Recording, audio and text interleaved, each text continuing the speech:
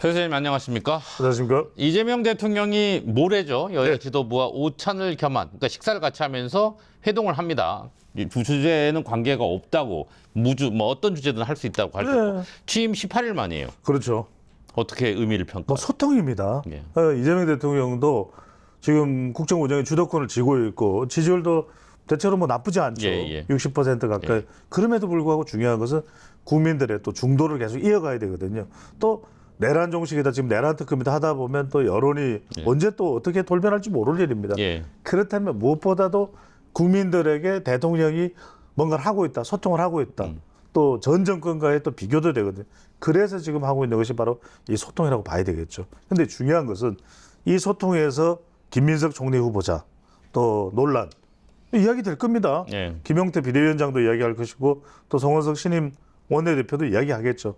그러니까 과연 이런 자리에서 또 추경과 관련돼서 이런 부분에 대한 협조도 이제 요청을 할 겁니다.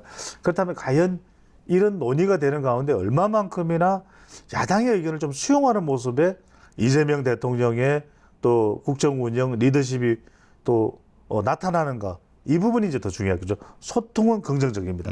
하지만 그 소통을 통해서 어떻게 야당과 이제 협치하는가 그거는 우리가 이전에는 참 보기 힘들었던 부분이거든요. 그것까지 해낸다면 이재명 대통령에 대한 평가는 더 좋아질 수도 있는 것이죠. 이게 자주 보겠다는 메시지겠죠. 왜냐하면 양쪽 당이 그렇죠. 다 대표가 사실은 아직 진행 중이거나 진행될 예정인 거잖아요. 맞습니다.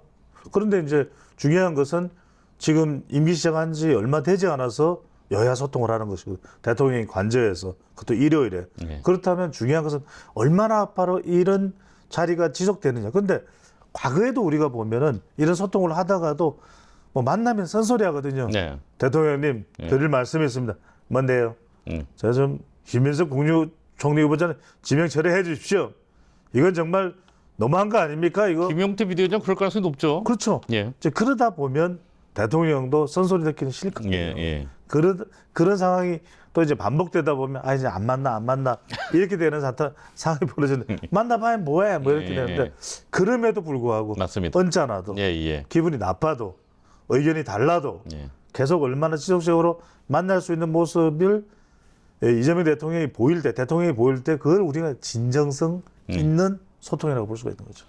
자, 말씀하신 대로 김민석 총리 후보자 얘기를 좀 해보죠. 인사청문회가 24일, 25일 열리잖아요.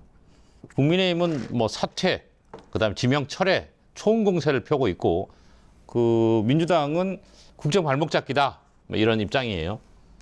일단은 이 김민석 국무총리 후보자와 둘러싼 첫 번째로 논란의 내용을 보자고요.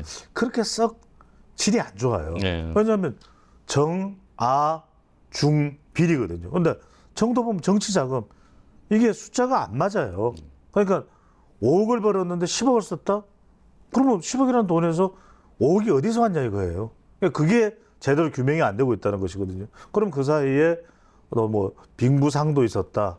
또 뭐가 있었다. 그러는데 그러면 그런 결혼식에서 건네진 그 축의금이라는 것이 정치 자금의 성격도 있는 것이거든요. 그래서 정치인들 중에서는 축의금 안 받는 경우들도 많아요. 그럼 이건 뭐야? 한국과의 1인 지하 만인 지상의 국무총리가 될 사람이 이렇단 말이야? 그건 상당히 비판을 받을 수밖에 없고 의혹도 해명이 안 되는 거고. 두 번째는 아빠 찬스.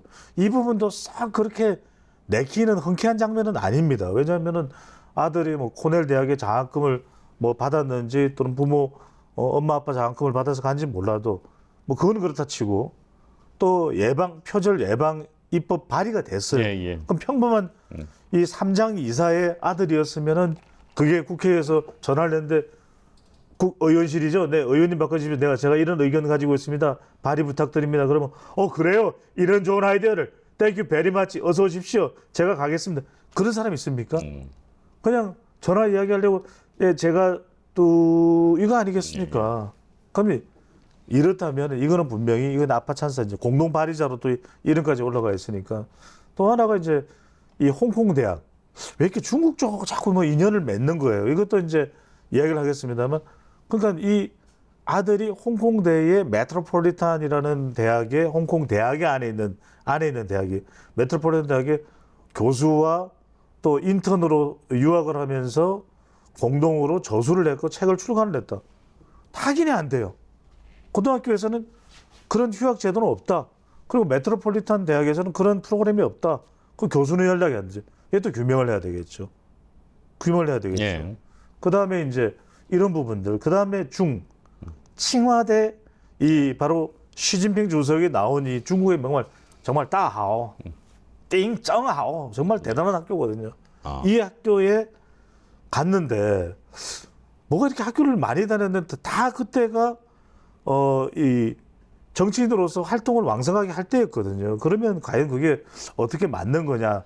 그 시간에 학위를 한 것이 도의적으로 괜찮은 거냐 어떠냐 이런 이제 의문을 받고 있는 것이죠. 예. 그다음에 마지막은 빌라 의혹 이 부분도 규명을 해야 돼요. 왜 자신의 어머니 김민석 후보자의 어머니가 가지고 있는 소유하고 있는 그 빌라에 아무런 들어갈 명분이 없는 이모 건설업자가 뭐 1억 6천만 원의 전세, 그 다음에 재혼한 아내가 왜 그게 전세 계약, 그 다음에 재혼한 아내의 어머니죠 장모 또 전세 계약.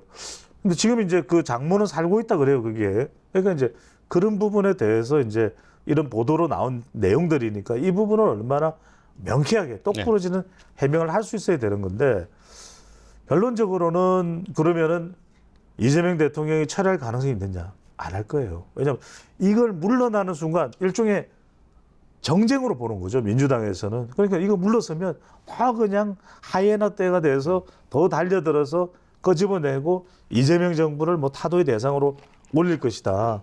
빌드업을 할 것이다. 그런 점에서도 우리는 물러날 수가 없다. 그렇다면 뭐 결정적으로 이제 민주당 지지층들까지도 돌아서는 상황이 되면 몰라도 그렇지 않다면 민주당도 지금 맹반격을 또 하기 시작했어요. 네.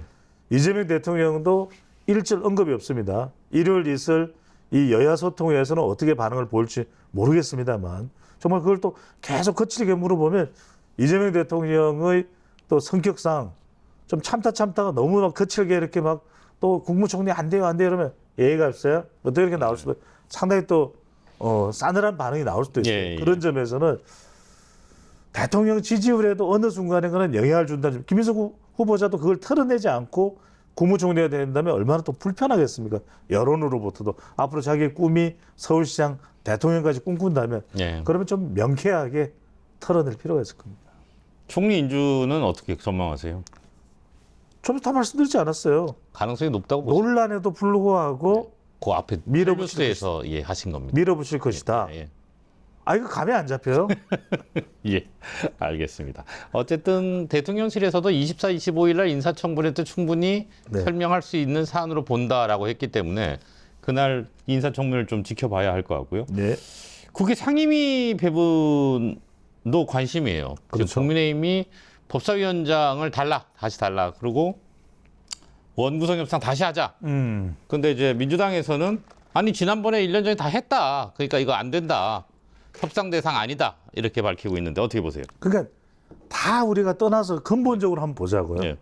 그러니까 이제 법사위를 야당이 가져간 이유는 적어도 본회의에서는 뭐 여야가 어떻게 될지는 모릅니다만 적어도 대통령의 거부권이 있는 것이거든요. 그래서 그때는 야당에게 법사위원장 자리가 주어진 거예요. 그럼 뭐 견제할 수 있고 또 일정의 균형의 의미도 있는 거고. 그런데 지금 보세요.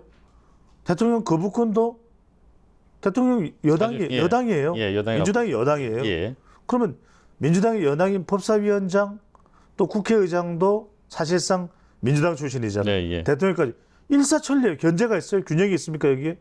없어요. 그러면 유일하게 견제와 균형을 생각할 수 있는 건 법사위원장 자리거든요. 그러니까 이런 취지나 근본적인 의미에 부합하려면 법사위원장 자리는 국민의힘으로 가는 게 맞아요. 그런데 현실적으로 민주당이 뭔 소리야? 우리 내놓을 수가 없어. 그러면 국민의힘이 어떻게 뺏어올 수 있는 방법이 있습니까? 없어요. 그럼 국민 여론이라도 야 법사위원장 자리를 줘라. 법사위원장 자리를 줘라.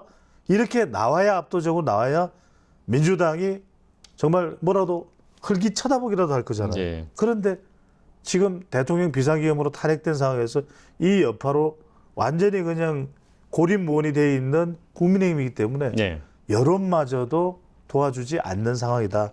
라고 봐야 되겠죠. 근데요, 이게 여야 입장차를 좁히지 말씀하신 대로 못할 것 같은데 그럼 원구성이 지금 추경도 있잖아요. 그렇죠. 예결위원장 뽑아야 되고 이거 계속 밀리는 겁니까? 그런데 예. 생각해 보시자고요. 자, 그래서 제가 조금 전에 말씀드렸던 상으로 정치 도의상으로는 국민의힘에 법사위원장을 줄 수 있다. 근데 두 번째, 그것 때문에 지금 법안이 추경이 지연된다? 그럼 국민 여론은 누구를 탓하겠어요? 국민의힘이에요. 아니 왜 빨리 그거 통과 안 시켜주냐? 뭐하냐 너희들? 지금 여러 가지로 지금 경기 침체고 어려운 상황인데 야당이 압박을 받겠죠. 이거 받을 수밖에 없어요, 여론에. 그렇기 때문에 마냥 언제까지라도 국민의힘이 또 이걸 꽉 잡고 있을 수만은 없습니다. 그런 상황이기 때문에 상당히 오랜 시간 동안 지연되기는 여론상 어려워 보입니다. 그런 면에서 보면은 그 확실히 이번 일요일 회동이 의미가 좀 있을 수 있겠네요. 그렇죠. 네. 예. 자, 국민의힘 얘기 조금 더 해볼게요. 송원석 원내대표가 선출되고 나서 원내대표단이 구성이 됐어요. 예.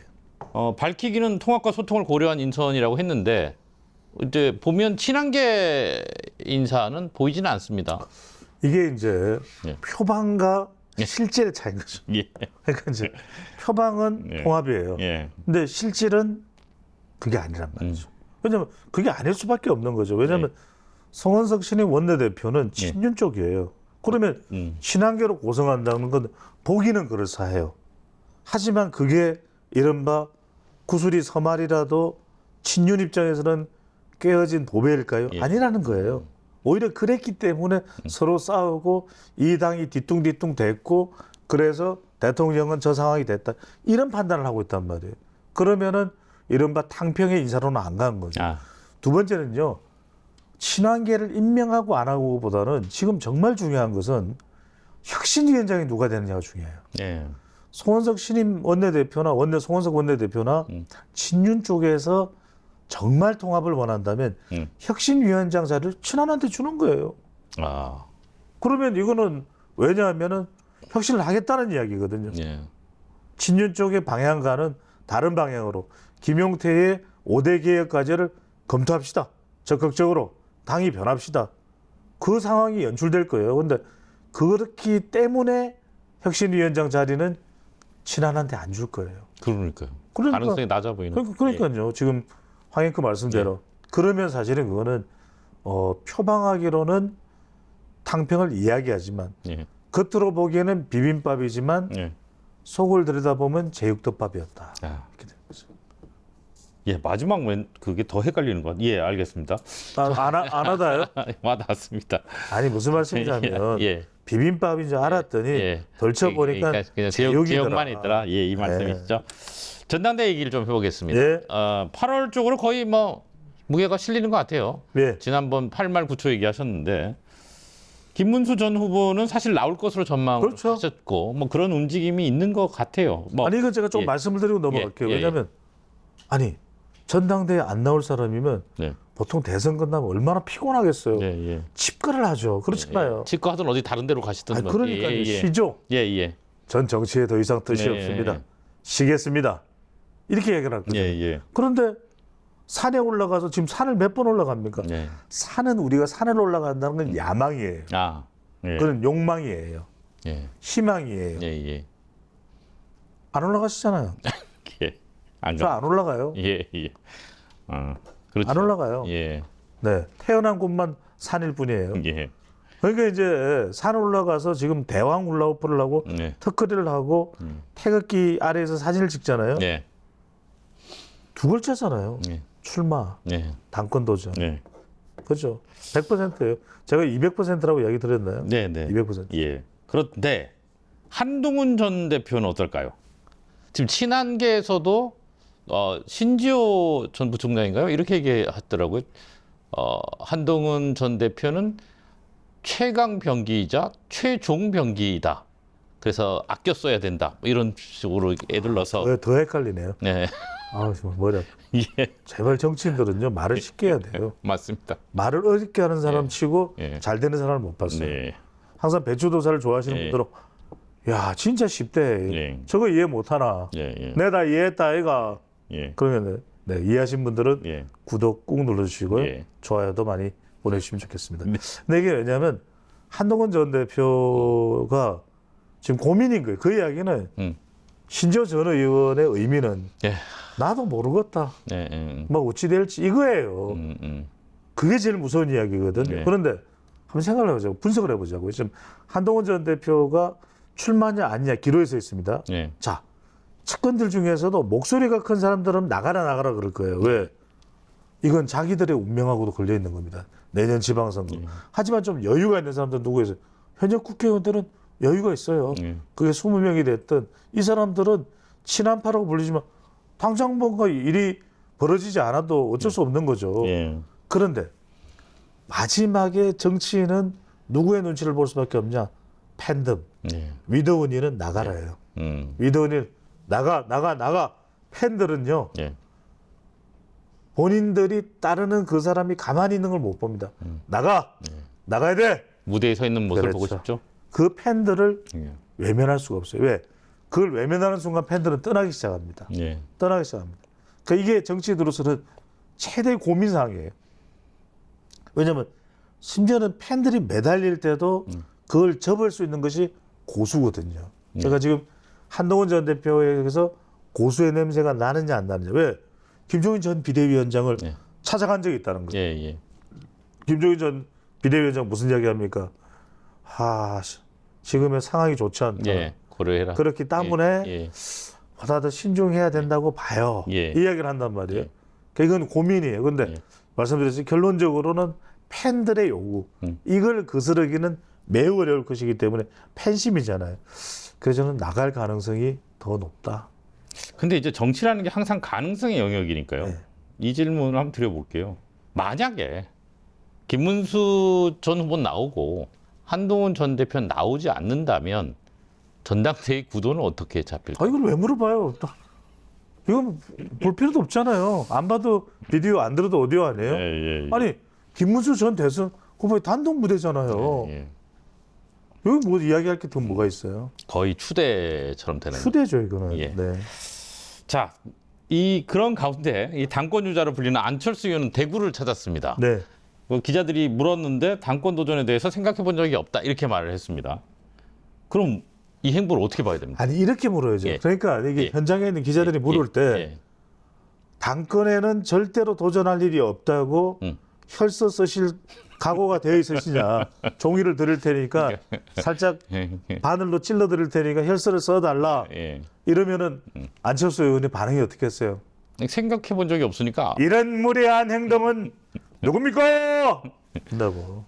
안 되는 거죠. 이거는 왜냐하면 정치인들은 생각해 본 적이 없다는 말이 제일 많이 여러 번 생각해보고 자기 전부터 깰 때까지 생각하고 꿈에도 생각하고 했다는 거예요. 안 그러면 왜 대구로 가겠습니까? 그 이야기는 당권 도전에 대한 희망, 욕망, 야망 있기 때문에 보수의 심장 어디입니까? 대구죠. 대구죠. 제가 경주 배시니까 알잖아요. 대구 경북 TK죠. 그렇죠. 그래서 그런 상황이 연출되고 있다. 당연히 그러면 가능성은 높지 않은데 안철수 의원이 자꾸 이야기하는, 왜냐하면 정치는요 자꾸 군불대기를 안 하면 그 존재감이 사라져요. 자꾸 그러니까 안철수 의원의 이 전략은 좋은 전략이에요. 우리 또 뭐 있었잖아요. 제가 진행했던 프로에 전문디가 전문디라 그러고 그게 나와서 또 노래까지 하셨잖아요. 그러니까 안철수 의원도 그 어떤 강한 의지가 있는 거예요. 권력에 대한. 그러니까 계속 대선 후보로 자리매김했던 이유가 이번에도 경선에 나갔잖아요. 그러니까 그 이유가 바로 그런 기대 또 야망이 있는 거죠. 이번에 확실한 건 반박자 빨리 움직이는 것 같아요. 다른 후보들에 비해서는. 그렇죠. 지금 왜냐하면 이런 시기에 움직여야 존재감이 생기고, 그러니까 우리 질문에도 들어가잖아요. 그러니까. 들어간 거예요. 맞습니다. 자, 하와이에서 돌아온 홍준표 전 대구시장 얘기 좀 해볼게요. 마지막입니다. 자신의 소통 플랫폼에서 김민석 총리 후보자는 그동안 고생이 많이 했다라면서 이렇게 우호적인 입장을 밝혔고, 한동훈 전 대표 측에 대해서 아주 비판적인 입장을 밝혔습니다. 제가 이렇게 표현할 수밖에 없습니다. 워딩이 너무 거칠어서. 네네. 어떤 의미로 보세요? 한동훈 전 대표에 대해서 비판적인 거야. 계속 본인이 해왔던 스타일이니까 뭐 더 분석할 이유도 없는 거고요.